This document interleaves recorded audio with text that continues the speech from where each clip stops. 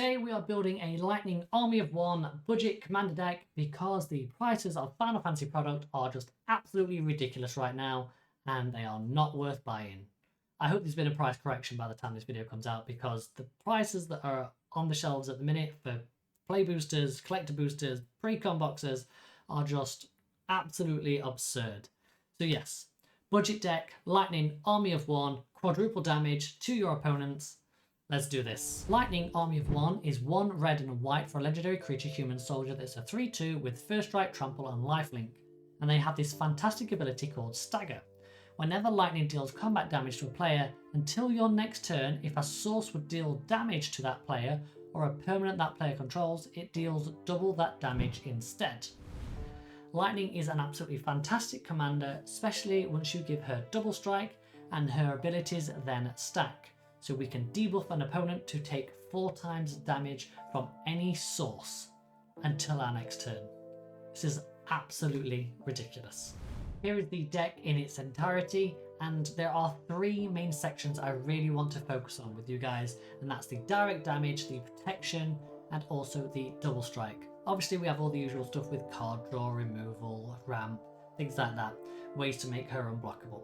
But the direct damage, the protection, and the double strike is kind of like the heart of the deck and is what is going to allow you to do what this deck wants to do and keep you alive to keep doing this thing within the deck. So let's kick things off with some double striking. In our double strike section we have Boros Charm, Legion Leadership, Lizard Blades, Duelist Heritage, Flaming Fist, Two-Handed Axe, Blade Historian and Odric Lunar Marshal. Obviously, Odric just copies our keywords from one creature and applies them to all of our creatures. Our commander by default has first strike, trample and lifelink, so with your commander and Odric out, everybody has their keywords, and then once we give something double strike, such as just by playing a Lizard Blades, we give everything double strike. Absolutely fantastic include in this deck in my opinion. And now let's talk about why double strike is so important in this deck and how it works mechanically. So how are we going to abuse this stagger ability with double strike? Well, let's just go over a combat step with Lightning, assuming she gets through for combat damage at every stage along the way and is not blocked. Because she deals combat damage as first strike, when we then go to regular damage, the debuff from the stagger ability that she has will already be applied before regular damage goes through. So if we attack with Lightning and a 2/2, she does first strike damage, applies the 2 times debuff or double damage, and then regular combat damage from our 2/2 goes through and it will actually be 4 damage because it has been doubled. However, if Lightning has double strike, she will also attack during the regular damage step. So she will do her usual 3 damage on first strike. Your 2/2 will then do 4 damage on its regular attack and she will do 6 damage on the regular attack, making then the stagger ability go off for a second time. So any then damage dealt after that combat has resolved, it would be doubled and then doubled again. So if at this point you cast a lightning bolt to deal 3 damage to your opponent, it will be doubled twice from 3 to 6 and then 6 to 12. So therefore 1 mana can deal 12 damage after you have completed a full round of double striking damage with Lightning, provided she has got through on both combat stages. We can then take this to another level by adding in extra combat. So if we cast a spell after our first combat has resolved, such as Relentless Assault or maybe like Great Train Heist or something like that, we can then go to combat all over again. If we attack a different player, see the previous example, we're just going to deal 4 times damage or get to that 4 times debuff on that opponent. However, if we are attacking the same player again, we're going to double the previous doubled. Yeah? So our 2/2 is currently attacking for 8, but it's a regular attacker and Lightning is a first striker. So we go to combat in the second combat step. Lightning will deal first strike damage, doubling the damage that we deal to that player or permanents they control. So now they are at double. So our 2/2 that's currently doing 8 damage will already see the next double. So we'll double again to 16 before it deals its regular damage. And then Lightning will obviously attack again because she has double strike by this point. And then they'll double that damage again. So any damage that's then dealt after the second combat damage has finished would be doubled, so times 16 damage. So here are some of the direct damage spells that we are doing, which are going to deal double, quadruple, times 6 or times 8 damage, etc. We've got Lightning Bolt and Shock, and also Boros Charm. Boros Charm is a fantastic include in this deck because not only does it deal direct damage, but we can also use it to give our permanents indestructible, but also to give Lightning Double Strike, the key bit of our deck of what we want to be doing. Heartflame Duelist allows us to deal 3 damage to any target, so most likely an opponent's face, but it also makes our instants and sorcery spells we control have lifelink. So now when we're dealing times 8 damage or times 4 damage, we're also gaining that much life back as well, allowing us to build up our own life total for when we no doubt get targeted. Hedis Embercleave, or Emberclaw I should say, allows us to deal that combat damage from lightning to all of our opponents. Lightning Helix, once again, more damage to our opponents but more life to us, keeping us in the game for when we get targeted. Same with Sacred Fire, but this is 2 damage to a target and you gain 2 life. We've got Sunset Strike Master. This will allow us to remove any big flying creature. Dragons seem to be quite popular at the minute, so this is a nice little include. We've got Oleron's Searing Light. So this is a removal spell as well as a direct damage spell. Each opponent exiles a creature with the greatest power among creatures that player controls. If there are 2 or more instants and sorcery cards in your graveyard, this card is going to deal damage to each opponent equal to the power of the creature that they exiled. If everybody exiles a 3 power creature or a 4 power creature or a 5 power creature, they're going to take that much damage. Unlucky for the person that's got the 4 times debuff on them, taking 4 times damage. We've got Vengeful Ancestors. Whenever a goaded creature attacks, it deals 1 damage to its controller. The person with the 4 times damage debuff is then going to take 4 damage because yes, we are going to be goading our opponent's creatures. More on that later. Aurelia Law Above. Whenever a player attacks with 5 or more creatures, it's going to deal 3 damage to each of your opponents and you gain 3 life. Once again, we are going to be making our opponents attack with all their creatures, so that is also going to trigger. Lava Axe will do like 20 odd damage to an opponent. Instant kill. We've got Combustible Gearhulk, which is now a 6 mana 6/6 with first strike that is guaranteed to draw you 3 cards because you're going to target the person that you've put the staggered debuff onto. Gazella just allows us to double our damage yet again, so if you get to this point, you're going to be doubled, and then doubled again. So yeah, absolutely fantastic. You could run more damage doublers in this deck if you want to, but I think it just gets to overkill at that point because you have one in the command zone. But yes, flying first strike, Odric also copies all of those keywords to everybody else, making sure you can get lightning through to deal combat damage as well. Lovely stuff. Once you start to enact this game plan with this deck, you are unfortunately going to become the target of your opponent's spells and abilities. So we need to run plenty of protection. Boros Charms gives our permanents indestructible. Spirit Mantle, Unquestioned Authority and Holy Mantle can give our creatures protection from other creatures. Not only does this mean they are essentially unblockable because they can't be blocked by other creatures, they can no longer be targeted by those nasty abilities some creatures control. We also have Swiftfoot Boots to give us hexproof and haste. Just remember as well, because Odric sees all these keywords on your creatures, they will then copy onto all your other creatures. We're running Untimely Malfunction as well in this deck, not only because it's a piece of removal, can stop our opponents from blocking, but it's also a budget-friendly deflecting swat. So that removal that targets your commander can then be thrown back at the person that's cast it, making them remove their own creature. Thalia Heretic Cathar allows us to make sure our creatures and non-basic lands our opponents control enter the battlefield tapped, so they can no longer get those pesky blockers out as fast as they need to. We are also running Take the Bait. Yes, this spell can only be cast during your opponent's turn and only during combat, but it prevents all that damage that would be dealt to you, and then you untap all attacking creatures, you goad them and force them to attack all of our other opponents. So it allows us to nullify that combat damage and the combat step that your opponents did and send it all at your opponents. And also Gazella Blade of Good Night.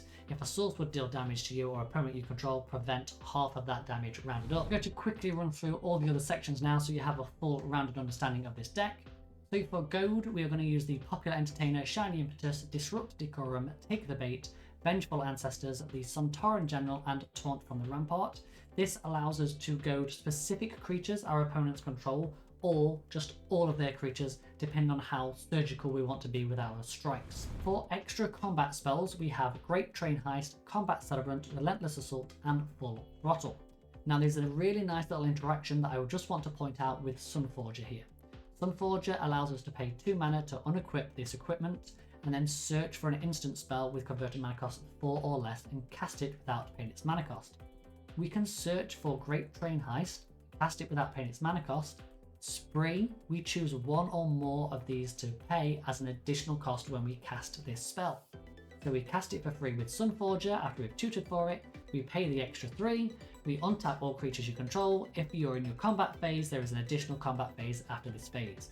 This is a surprise, all of a sudden, extra combat spell out of nowhere, all from a nice little Sunforger combo.